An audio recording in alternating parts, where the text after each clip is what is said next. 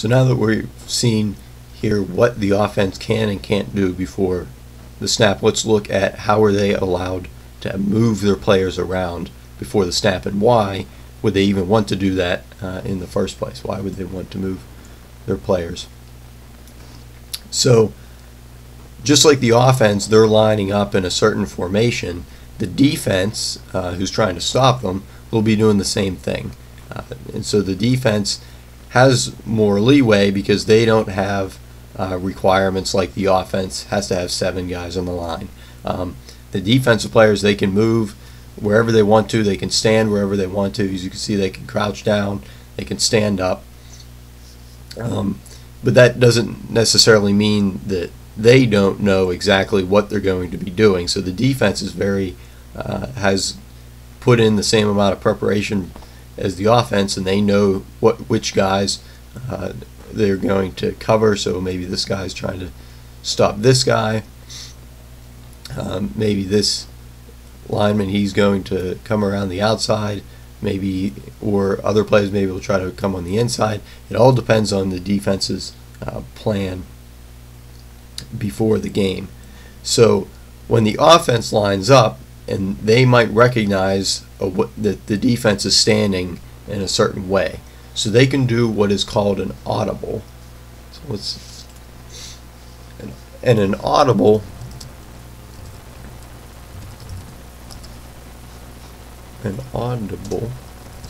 is just means that offensive team will be changing the play. So before the play, they'll all line up, or they'll all gather around in their huddle, and they'll call out a play. But then once they get up to the line, they can call an audible, which just means that they are going to then change that play. So there's one quarterback he's really well known for this in the NFL, named Peyton Manning. And so he's famous over the past decade or so. He will watch all of the tape of the defensive team during that week, and then he can recognize as soon as he gets out on the field what the defense is going to do, and so that will allow him to audible to try to help his team gain more yards. So the offense, they'll get up to the line, and a lot of quarterbacks do it, but we'll just use Peyton as an example. And so he'll look around and he'll see if he sees something that he recognizes, and if he does, then he'll call an audible. But obviously he can't just yell out hey, we're gonna run the ball now instead of pass it like before. Because obviously the defense would hear him, they would know exactly what he's doing. So he would use certain code words or signals that the offense would know, and so once they would hear that, they'll know that the play has been changed or the play hasn't been changed.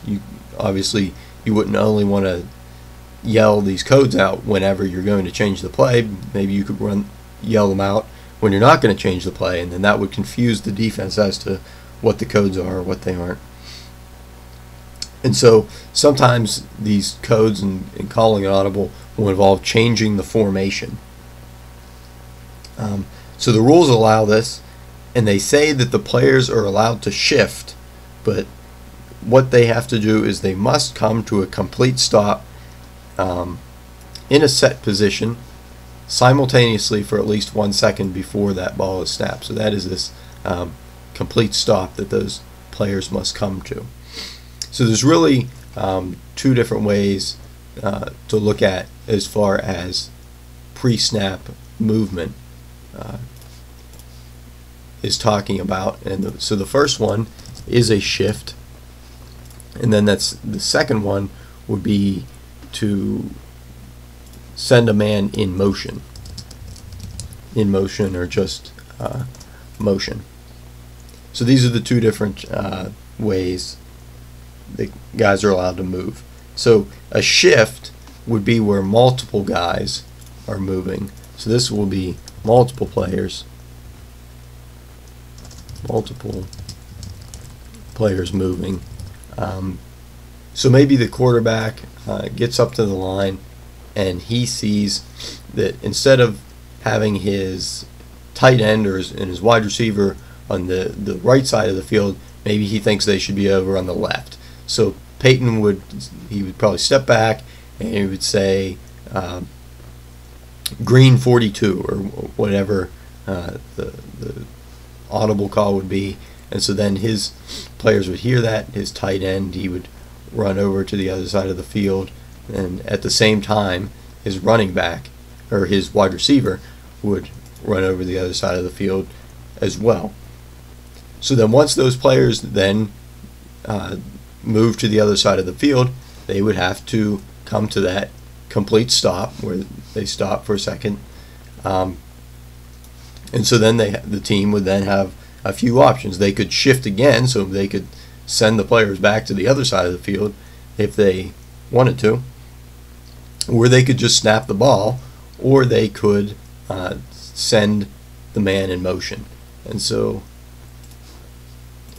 first of all, the shift, they have to come to the complete stop, and that's for all of the players involved have to come to that complete stop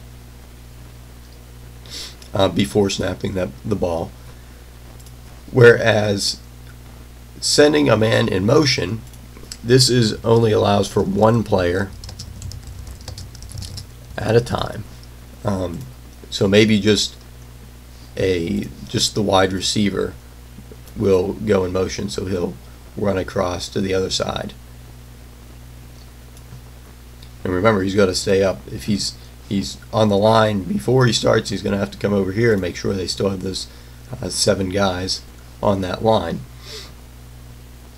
So if the man goes in motion, it's one player at a time. But unlike shifting, if you send one man in motion, he does not have to come to a complete stop. So the ball can be snapped. Can be snapped while the player is in motion. And so really the only other stipulation about a player going in motion is that he cannot be moving toward the line of scrimmage. So as I just demonstrated there, he can run across, and so they say he can be running away from or parallel to the line of scrimmage, but he cannot run back here, and then the team says that they're putting him in motion, and so he's going to get a running start, and whenever he's right here, they snap the ball, and so he can continue on. You are not allowed to do that in the NFL. In some other leagues, like the Arena Football League, you are allowed to do that, and that would certainly put the defender at disadvantage, because this receiver would already have a running head start.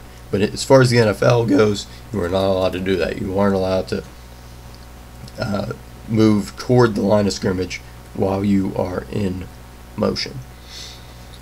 So once that player goes in motion, runs to the other side of the field, and he stops, then because it's one player at a time, another player is allowed to go in motion. So shift, multiple guys are moving, but then you have to come to that stop after. Motion, just one player at a time. But you can shift and you can send as many guys in motion before the snap as you can, but remember that we had that play clock that's ticking down, so you probably won't have a lot of time to be shifting and sending guys in motion all over the place. So you'll rarely see that much pre-snap movement.